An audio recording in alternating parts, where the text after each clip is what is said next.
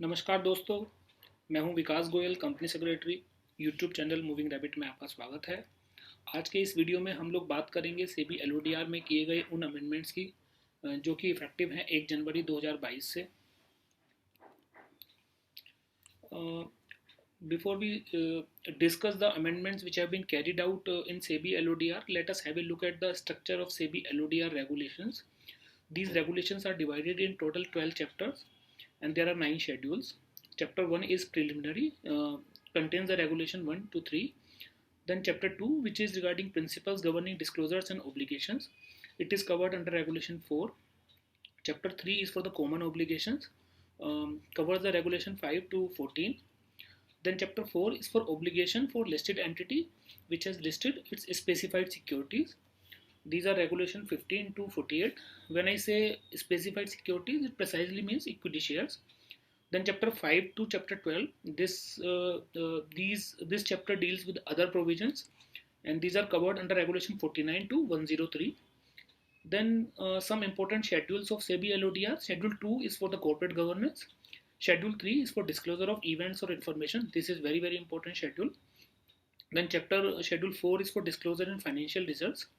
Then schedule 5 regarding annual report and schedule 7 is for transfer of securities. As we have seen, there have been lot of amendments in the year 2021. So just to understand what all has happened in SEBI LODR in the year 2021, let us have a look at the summary of the amendments which have been made in the year 2021. There was SEBI LODR Amendment Regulations 2021. These were notified on 8th of January 2021, published in the official gazette on the same date. And these regulations are regarding change in disclosure of event or certain informations. Then SEBI LODR Second Amendment Regulations 2021. These were notified on 5th May 2021, published in the official gazette on the same date. And in my view, these were the most important amendments which have been carried out in SEBI LODR. And these amendments they have focused more on RMC. There was a shift from business responsibility reporting to BRSR, and various timelines were relaxed. So these were the crux of the amendments made through these second amendment regulations. Then SEBI LODR third amendment regulations 2021, which is a today's topic also. These were notified on 3rd of August 2021. However, these are effective from 1st of January 2022. And as a summary, these are covering certain amendments regarding change in criteria of the independence, appointment of independent directors, various disclosures, and other things. Then, subsequent to third amendment, there was SEBI LODR fourth amendment regulations 2021. These were notified on 13th of August 2021, published in the official gazette on the same date. And there were some changes in various disclosure requirements for companies having non-convertible securities. Then SEBI LODR Fifth Amendment's regulations came on 7th September 2021. These regulations were effective from the date of publication in the official gazette, though certain regulations were applicable full compliance basis by March 31, 2023. And these were regarding changes in obligation of debt listed securities. When I say debt listed companies, it means high value debt listed, that is outstanding loan of having 500 crore rupees or more. Then SEBI LODR 6 amendments 2021 was carried out on 9th November 2021. These were effective from 1st April 2022 and certain provisions will be applicable from 1st of April 2023 also. The brief particular of these amendments were widening of provisions regarding related party and related party transactions. Then there was some one more amendment regarding SEBI Regulatory Sandbox Amendment Regulation 2021. These were also notified on 3rd of August 2021, and there was some small deletion of certain phrase from particular regulation. This is not very important as far as our compliance requirements are concerned. And I thought most of us might have not heard even what is the regulatory sandbox. So let me tell you that what is regulatory sandbox has been defined in regulation 99A2. So it means a live testing environment where new products, processes, services, business models, etc. may be deployed on a limited set of eligible customers for a specified period of time for further innovation in the securities market, subject to such conditions as may be specified by the board. Now coming on to our today's topic, that is SEBI listing obligations and disclosure requirements regulations, third amendment regulations 2021. These were notified on 3rd of August 2021, and initially these were effective from the date of their publication in the official gazette. However, subsequent corrigendum dated 6th August 2021 was brought in, wherein these amendments regulations have been made effective from 1st January 2022. Now let us have a comparative look of the existing provisions and amended provisions which have been brought in by these third amendment regulations, and we have put in a remark to understand what all has been changed. Regulation 16(1)(b) clause 4, it provides the definition of independent directors. So when they say independent director, they used to they mean a non-executive director other than a nominee director of the listed entity. There were certain clauses like 1, 2, 3. In clause number 4, there was a requirement of the person who, apart from receiving director's remuneration, has or had no material pecuniary relationship with the listed company, its holding company, subsidiary company, associate company, their partner, their promoter, their director, and the period which has to be seen was 2 immediately preceding financial year or during the current financial year. Now by these amendments, this period of 2 years has been extended to period of 3 years. So what we mean, the restriction period of becoming an independent director to this particular clause has been extended. Then in the same regulation, there was some requirement regarding relatives. I mean, the earlier clause used to mention that none of whose relative has or had pecuniary relation or transaction with the listed company, its holding company, subsidiary or associate company, their promoter or director, and the threshold limit was amounting to 2% or more of the gross turnover or such higher amount, total income of 50 lakh rupees or more, or such higher amount as may be prescribed from time to time. And the clause was whichever is lower, and the period was given during the 2 immediately preceding financial year or during the current financial year. So the major change in the SEBI LODR is the definition of independent directors has been widened. This clause has been divided into 4 parts. So let us have a look at the new provisions, which are the amended provisions. So it says none of the whose relative. Number A, he should not hold the securities or interest in the listed entities. So apart earlier it was like had the pecuniary relationship transaction. Now in this clause they are mentioning should not hold securities or interest in the listed entity or in its holding company, a subsidiary company or associate company during the 3 immediately preceding financial years. So the one thing is that the period of 3 years has been kept here also instead of keeping the 2 years period, and during the current financial year or face value in excess of 50 lakh rupees or more. So the threshold for 50 lakh is for face value or 2% of the paid up share capital. It has to be, I mean, that paid up capital can be in the holding company, in its subsidiary company, in the associate company, or such higher sum as may be specified. So this is the clause A which has been brought in through the new amendments.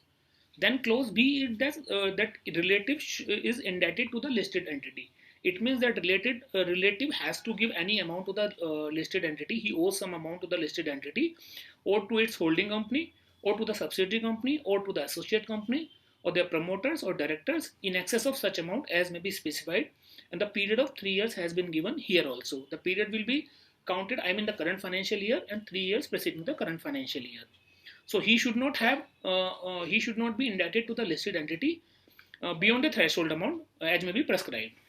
Now the third clause has given a guarantee or provided any security in connection with the indebtedness of any third person to the listed entity. So clause B was when he himself is indebted to the listed entity.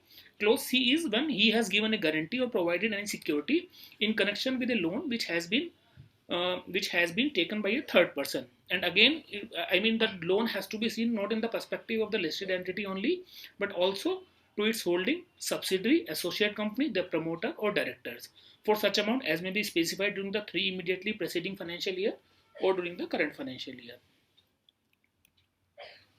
Now clause D is more or less in line with what was there in the original clause 16(1)(b), what we saw in existing provisions. So clause D is now in that line that the relative has any other pecuniary transaction or relationship with the listed entity or its holding company or subsidiary company or associate company, and the threshold which has been given amounting to 2% or more of its gross turnover or total income. There is a provision which has been, again, it's a new provision, provided that pecuniary relationship or transaction with the listed entity, its holding subsidiary or associate company, or their promoter or their director, in relation to point A to D above shall not exceed 2% of the gross turnover or total income, or 50 lakh rupees, or such higher amount as may be specified, whichever is lower. Now again, with regard to definition of independent director, there is amendment in clause 16(1)(b)(6). So what this clause all means, first have a look at the existing provisions which are applicable till 31st of December 2021. It says who neither himself nor whose relatives holds or has held the position of a KMP or has been an employee of the listed company or its holding, subsidiary or associate company in any of the three immediately preceding financial years in which he is proposed to be appointed. So this restriction was not only on the independent director but also on his relatives. So now the amended clause is that who neither himself or herself, it's just a gender neutral provision which has been amended, nor whose relative holds or held the position of any KMP or has been an employee of the listed entity or the holding company or subsidiary or the associate company or any company belonging to the promoter group of the listed entity. So, now they have covered the promoter group. I mean, apart from being the holding company, subsidiary company, associate company, this restriction of not being a KMP or an employee has to be seen also with regard to the companies which are belonging to the promoter group of the listed company. So these restrictions have been widened as far as this appointment of independent directors is concerned, and the period is there as it was earlier in any of the three financial years immediately preceding the financial year in which he is proposed to be appointed. However, one important provision has also been inserted. Its proviso prescribes like that in case of relative who is an employee other than KMP, the restriction under this clause shall not apply to his or her employment. So in case of relative, the exemption has been given if some relative is not the KMP and just some other employee. So this is what they have kept that particular relative from the purview of, uh, uh, I mean, his relative becoming an independent director in any company. Now moving on to other provisions which have been amended by the SEBI Third Amendment regulations. Regulation 17(1)(c). This is very important amendment which has been carried out. There was no existing provision under this regulation, and the amended provisions are the listed entity shall ensure that approval of shareholders for appointment of a person on the board is taken at the next general meeting or within a time period of 3 months from the date of appointment, whichever is earlier. So stricter timeline prescribed for approval of shareholders. As we all know, what used to happen earlier, that under section 161 of the Companies Act, whenever any additional director was appointed, what used to happen that in the next annual general meeting, generally we used to take approval for his appointment. But now, since the clause which has been inserted under regulation 17(1)(c) is like whichever is earlier, so our AGM is beyond that 3 months period. The companies need to have shareholders approval within that prescribed time of 3 months. At this point, I would also like to inform one important SEBI circular, the circular was issued by NSE on 22nd of December 2021, and they have clarified that these new regulations will be applicable on the appointments which are being made from 1st of January 2022. So what I mean that if any appointment has been taken place from 3rd of August 2021, I mean the date of notification of these amendment regulations, till 31st of December, so they need not to comply these provisions because these are applicable from 1st of January 2022, and NSE has also brought out a circular in this regard. Then coming on to next amendment which has been carried out is under regulation 18(1)(b), which prescribes the composition of the audit committee. Earlier provision was 2/3 of the members of the audit committee shall be independent directors. So what at least 2/3 of the members of the audit committee shall be independent directors. So what at least has been added to this regulation to bring added clarity that when they say 2/3, it does not mean they have to be 2/3. The word at least just give that emphasis that the independent directors can be more than 2/3 of the composition also. Now coming on to the next provision, which is regarding nomination and remuneration committee. The relevant regulation is regulation 19(1)(c). What was the earlier provision? It used to say that at least 50% of the directors shall be independent directors. So now, in line with the audit committee, I mean the requirement of composition of audit committee was already like two-thirds of the directors shall be independent director. So similar provision has been brought in by amending that word 50% to two-thirds here in the composition of NRC also.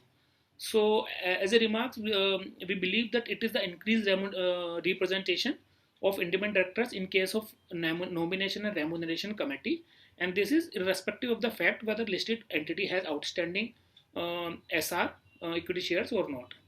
And one more thing, listed companies are required to amend their composition of NRC if it is not in line with the amended provisions before 1st of January 2022. Now moving on to regulation 23(2), a new provision has been inserted. It says that provided that only those members of the audit committee who are independent directors shall approve related party transactions. So this is, friends, this is very important change which has been carried out in SEBI LODR by these amendments, because more thrust has been given on the approval process of related party transactions. As you know, we have seen quite a few other amendments also which will be effective going forward. Those are also giving lots of thrust on the related party transactions. So by this clause, they have put in that any modification, approval of the related party transactions shall be done only by the independent directors. So when we say approval, I believe that any modification to earlier approved transactions should also be made only by the independent directors. Then one clause has been inserted under regulation 25(2)(a). This is obligation with regard to independent directors, and this should be seen, this should be read with regulation 17(1)(c). We just discussed that appointment of independent director has to be approved by the shareholders within a period of not exceeding 3 months. 3 months or next AGM, whichever is earlier. So under regulation 25(2)(a), clause has been added that appointment or reappointment or removal of an independent director of a listed entity shall be subject to approval of the shareholders by way of special resolutions. So here there are two important things. The one is that appointment is subject to the approval of the shareholders, and second thing is that approval has to be a special resolution. So what I mean that if we read both the clauses together, that approval of appointment of independent directors has to be taken on through a special resolution, and this special resolution has to be carried out in accordance with the newly inserted regulation 17(1)(c), which says that approval has to be taken from the shareholders within a period of 3 months or from the or next AGM, whichever is earlier. Now regulation 25(c), it is again with regard to obligations with regard to independent directors. Existing provisions, under the existing provisions, there was a clause that an independent director who has resigned or removed from the board shall be replaced by new independent director by the listed entity at the earliest but not later than the immediate next meeting of the board or 3 months from the date of such a vacancy, whichever is later. Now they have simplified that it will be not later than 3 months from the date of such vacancy. So the plea that our board meeting did not take place within the in the next 3 months will not any more work, and the appointment, that vacancy has to be filled in within the 3 months only. Then regulation 25(10), which had the provisions regarding directors and officers insurance liability for the independent directors. So effective from 1st of October 2018, it was applicable in top 500 listed company, which has now been from 1st of January 2022, it has been made applicable on top 1000 listed companies. So basically they have widened the scope of D&O policy for the independent directors. Then continuing with the obligations with regard to independent directors, a new clause 25(11) has been inserted. Since it is a new clause, there was no earlier provision, and amended provision talks about that no independent director who resigns from a listed company shall be appointed as an executive or full-time director on the board of the listed company or its holding company, subsidiary company or associate company, or on the board of a company belonging to its promoter group, unless a period of 1 year has elapsed from the date of resignation as an independent director. So the intention is to curb any independent director resigning from their board and getting onto the company's board in some other capacity. So there has been prescribed a cooling off period of 1 year from the date of resignation.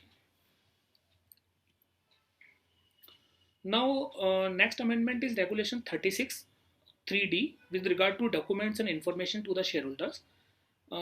As you know that there was a requirement of giving certain disclosures about the directors who are being appointed, and the earlier provision was the name of the listed entity in which the person holds the directorship and the membership of the committees of the board. So the new provisions, under the new provisions, they have prescribed that names of the, apart from giving the names of listed entity in which the person holds the directorship and the membership of committee, uh, the listed entity from which the independent director has resigned in the past 3 years is also to be given. So there are added disclosures in case of resignation of independent directors. We will see some more amendments which have been carried out as far as resignation of independent directors. So it appears that regulator is they are quite strict as far as cases of resignation of independent directors are concerned. Then under this clause regarding documents and information to shareholders, one more clause has been inserted. And this is very important clause because it mentions that in case of independent directors, the skills and capabilities required for the role and manner in which the proposed person meets the requirement is also to be given. So what this, skill set and capabilities required for the role are there. We will discuss in the further slides because those are the amendments which have been carried out in particular schedule. So we have mentioned that enhanced disclosures with regard to skills and capabilities of independent directors is to be given as far as annual report is concerned. Let us now move on to amendments made under Schedule 2, Para D, Part D, Para A, Subclause 1A regarding role of NRC. A new clause has been inserted, and what they have prescribed that in case of NRC, they have to evaluate the balance of skills, knowledge and experience on the board, and on the basis of such evaluation, they have to prepare a description of the role and capabilities required of an independent director. So it will be, the idea is to bring the case-to-case requirement on the basis of the company so that they make a set of rules, skill set which is required for the independent director so that NRC could find out the right candidate. Now Schedule 2, Part D, Para A, Subclause 1A, that is role of NRC. And it is continuing basically, so they are saying that person recommended to the board for appointment as an independent director shall have the capabilities identified in such description. Because NRC had to jot down what are the capabilities required on the board, and then they will recommend to the board that the particular person being identified for appointment as independent director has those capabilities. And for the purpose of identifying suitable candidates, what the committee will do, the committee may use the service of an external agencies if required. Why so? Because there may be the case that NRC is they don't have that kind of resources that they could make that skill set which are required. So they have been allowed to use the services of an external agencies also if they think so. Consider candidates from a wide range of backgrounds having due regard to the diversity. Consider the time commitments of the candidates. I mean, they can look into the aspect that a particular person who is proposed or who is being identified as independent director, how much time he or she has. So they can consider the time commitments of also of the candidates. So this is the role of NRC has been widened to larger extent as far as the case of identification and recommendation of independent directors is concerned. Now Schedule 3, Part A, Para A, Clause 7B1. As I was earlier mentioning that there have been more thrust on the resignation of independent directors. So when there is a disclosure of in case of resignation of independent directors, what earlier used to happen that companies had to only give the detailed reasons in case of resignation of independent directors. So now what has been amended that apart from the detailed reasons, the companies need to give letter of resignations also. So the exact letter has to be given to the stock exchanges. I believe that intention is to make it crystal clear what are the reasons independent directors has given as far as resignation is concerned from the listed entity.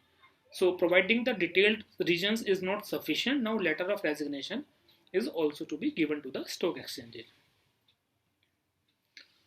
Now continuing with the disclosure which have to be made in case of resignation of independent directors, name of the listed entity in which resigning director holds directorship, indicating the category of directorship and membership of the board of the committees also to be given. So I believe it is for the purpose of transparency in the system, and additional disclosures are required in case of resignation of independent directors.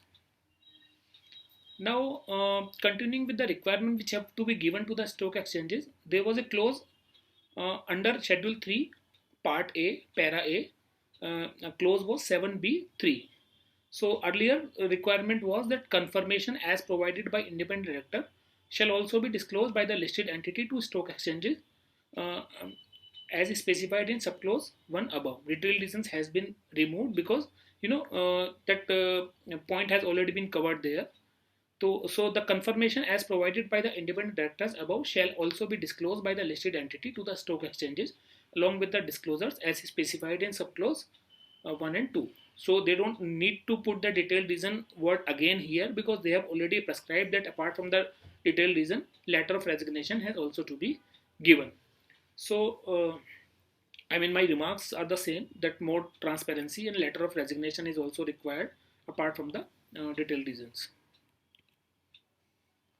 So these all are the amendments which have been carried out in the SEBI listing regulations, friends. I hope you like this video. Kindly share your feedback and subscribe our YouTube channel Moving Rabbit for further videos. Thank you.